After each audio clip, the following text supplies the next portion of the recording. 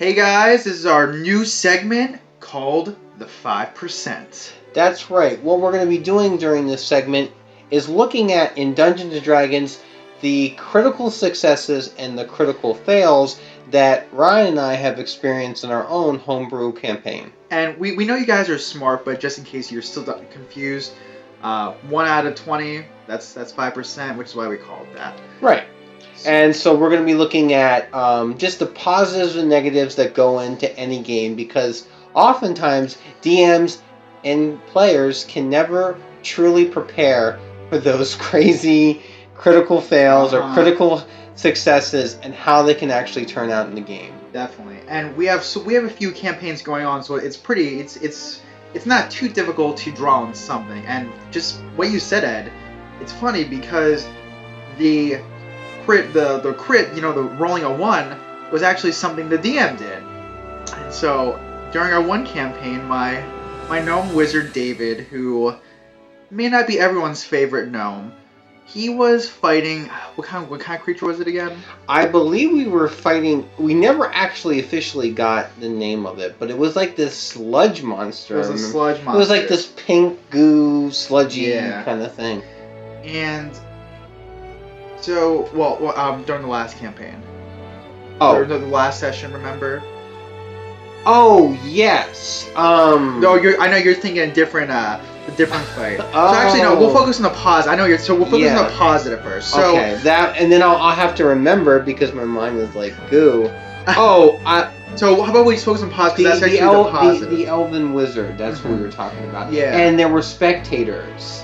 There were 2 spectators. Yes. Basically, like mini beholders. Yes. Yes, that's what it is. But so let's just focus on the positive end. So we're fighting, these slime creatures, and since it was your character, Ed, what happened? So I have a character that I play in a campaign where I'm playing as opposed to DMing, and his name is Grunthorn. He is a Dwarven Barbarian. Awesome character. And he is basically just known for taking names. Like, he is just a freaking critical hit monster. And the great thing about Barbarians is they're known for their destruction. But for some reason, I am like the yin to Will Wheaton's yang, where he is like notoriously known for rolling 1s all the time when he plays.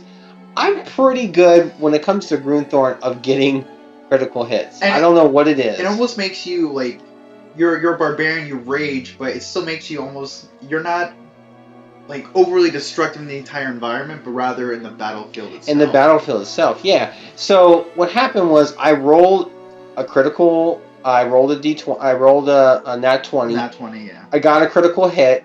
So the way that like barbarians work is they get typically they get 2 attacks plus if they're raging, like frenzied rage, they get a 3rd attack. So I was frenzied raged at that point. So I did my first hit, and I was able to knock that guy down. He pretty much, it was red mist after you killed that, or red sludge, whatever. Right. And then it was all over my face. Then I rolled again, and I believe I got a second critical hit. Yep. And that's what was crazy. So then I basically rolled damage again, and just because we had done damage to it before, I was able to knock that out. Then I used my movement to run over to another creature and attack that one. You killed pretty much 3 creatures in that turn. And surprisingly, because that creature's damage was also lower, I happened to kill that one too. So it was boom, boom, boom. So in other words, he was the character that a lot of DMs hate because the fights go a lot shorter because you rolled so well and you're pretty okay. And he was just tanking it. And then another instance we had in a similar situation, my character was fighting these crab-like creatures, and before the fight, when we were planning, because it was a sneak attack, they didn't see us, we were my character was see the big crab things? I'll take care of them, and the rest of you take care of those smaller ones. And by God, if Grunthorn didn't actually take them both out single-handedly. Good character. And so, looking at the positives, my character David, who was actually with Grunthorn for all this, right? They're good friends, but alas, the campaign ended. David, he went to another campaign. Right, and he went to Torlandia, which is the world that I've created for my campaign, and we're running one where they basically your character started in the Feywild. We did. They were basically hijacked or kidnapped by this hag and an Ani, which is kind of like a boogeyman sort of character, and you start in the Feywild, and we're still actually progressing through it, but what happened to David, which side note, named after David the Gnome. If you ever watched the cartoon, David is not the same as David the Gnome. And no, definitely not. This David is like more on the lines of like.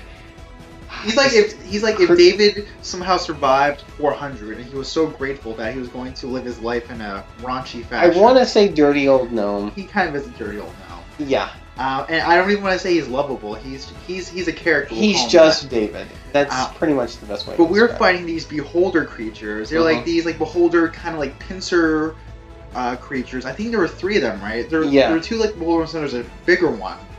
And David, I cast like Moonbeam or something. I was doing pretty well. Oh, you know what? I'm totally mixing up like our encounters campaigns. That was actually 2 piercers. Oh, piercers! Because you were in a cave, and there was a roper. So what happened was the way the piercers work, if you've seen them in 5e, they basically come down off of the ceiling, and they're like basically like missiles. They'll just fall right on an adventurer, a party member. And so you guys were fighting those as they were coming down, and then one of the characters bumped into the wall, like the back wall, and there was a roper there, which is like a bigger creature. Ed was very happy about this because we got our butts kicked. It was like one of those like Runethorn kicked butt, and it's like, wow, this encounter flew by. No, this encounter, David was actually knocked out. But don't worry, because the DM, aka Ed, rolled for one of the NPCs a crit fail, and David got hurt. And that just was the domino of David getting pretty much screwed over. And you know me, I don't like to put in NPCs in battle all that much. But it was a roll situation where one of your party members persuaded to get these elven backup by the one king, and so there were soldiers, requested by the king. So I was like, okay, well, this is going to happen. And he rolled, and he got a critical fail. And it was like, okay, well, not only that, but the fact that, David where you were... I was like Jason from I was like right next to him. Exactly. And it was one of those situations, as a DM, it's hard to ignore that and say, okay, well, critical miss, let's continue on. No, there's definitely going to be consequences. Yeah, I think I lost 8 damage just from that. Yes. And then... Plus the roper just continued to just... because it's just... Basically, it looks like a huge stalactite, or stalagmite, because it's on the ground. Yeah. And it has teeth and eyes, or one eye, rather, and it's got tentacles, coming out everywhere. And it was grappling, all of your party. At one point, pretty much everyone but one person was grappling. Yeah, and then that one person, our bard, which side we're straying from this a little bit, he uses, I think Tasha's hideous laughter, and the roper starts taking off. Oh, David's still grappled. Yes. So he takes off, and David starts losing all this damage. Right, right. That was David did not have a good day that day. I was knocked out. I was negative 15 at one point. Yes. But it's good because I think sometimes in D&D it needs to be difficult like that. So I was actually happy about that. Do we also want to mention the other thing that also happened during that same night to David?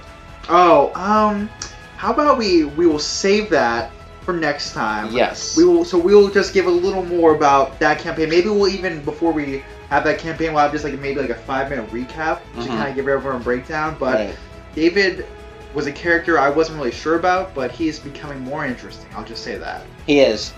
Because he's one of those characters that started in one campaign, and then we decided to bring him over to the other one because the one that we play in, our friend, is DMing that, and so we brought that David over to the one that I was running, and so it's really interesting to see where he's progressing as a character, and from just this little kind of dirty old gnome kind of facade, but there's actually some character development there. I'm making him tone down a little bit. He's not as bad, so yeah. We will see. Until next time, this has been the 5%. If you have any questions, reach out. Any stories you guys want to share, let us know. Yeah, and absolutely. On Twitter, definitely reach out to your 5%. Are there critical successes, critical fails that you remember from your own home campaigns or home one-shots or whatever it might be that you want to share with us.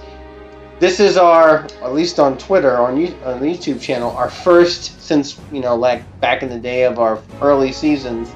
It's our first collaborative. I know, since then. Man, we've been slacking a little bit. But soon we shall break down Black Panther. We should.